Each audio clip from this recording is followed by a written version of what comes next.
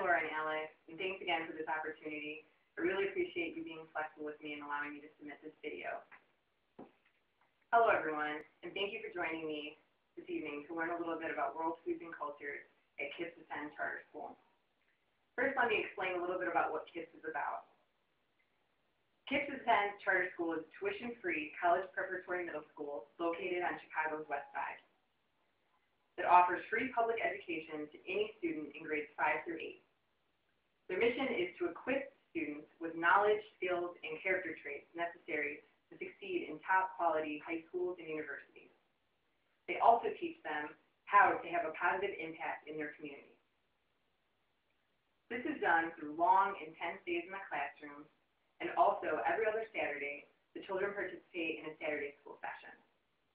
There are a variety of classes the children can choose from, including hip-hop dance, creative writing, African drumming, self-esteem courses, and of course, our very own world foods and cultures. The variety of classes allows the children to learn about music, culture, and themselves while still having fun. Some of these classes are run by local community members, and others, like World Foods and Cultures, are run through Chicago Cares. I know that some of you have attended World Foods and Cultures class before, but I also know that some of you are new to it. Basically, the class focuses on introducing students to different cultures from all around the world.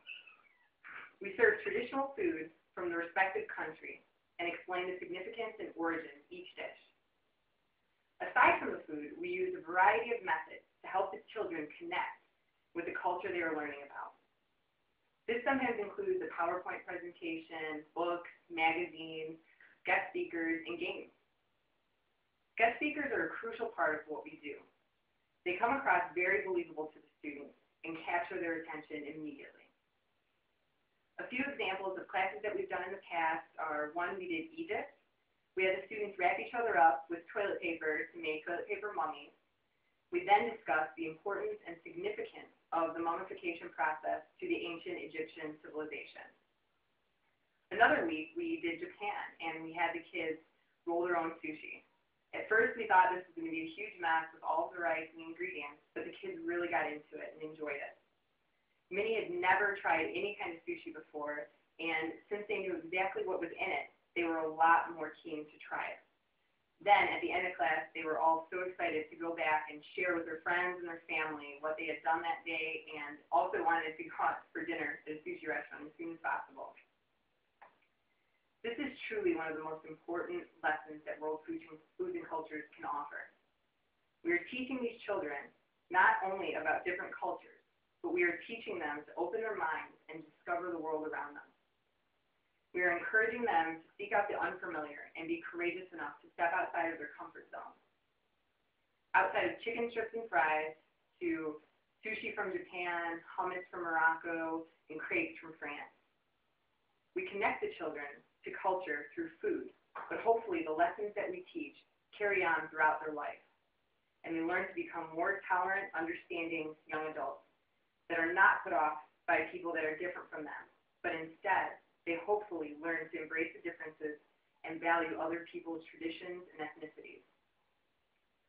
So now that you understand a little bit more about what the class is all about, I really hope that you're all looking forward to still being team coordinators coming fall. It's a very simple process that just involves a short training course, a little food prep, and a lot of patience. Each week, one team coordinator is chosen to lead the class. You will need to pick a country and develop a lesson plan around it. Each class is generally segmented into 3 parts. First, there's the introduction and explanation of what country we're going to be learning about that day. Second, we usually do a game or an activity. This is also sometimes where the guest speaker comes in to help the children connect and understand the country and the culture that they're learning about that day. Then, finally, comes the food at the end. It is each team coordinator's responsibility to prepare or arrange for the preparation of the food for the class that they're teaching. So this doesn't mean that you have to be a master chef. One time I taught a Morocco class and I had the Moroccan food catered from a local restaurant. The kids loved it. We had couscous, chicken, and some different vegetables. We really try to make the food as authentic as possible so that the children get an idea of what these people eat in the culture, or in the country that they're learning about. We don't necessarily always want to give them stuff that we know they'll like. So sometimes this means they don't always like what we give them, but it's all part of the learning process. This also gives us the opportunity to explain to them how to be gracious guests. And although they may not like or be used to certain foods, they have to be respectful of the culture and understand that everyone's tastes are different and everybody has a different idea of what is good and normal to them in their everyday life. This is a really great experience, and I hope that you're all still looking forward to it.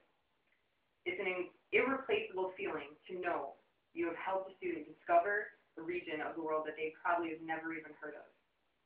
You can see the change in them as they realize the possibilities that are out there.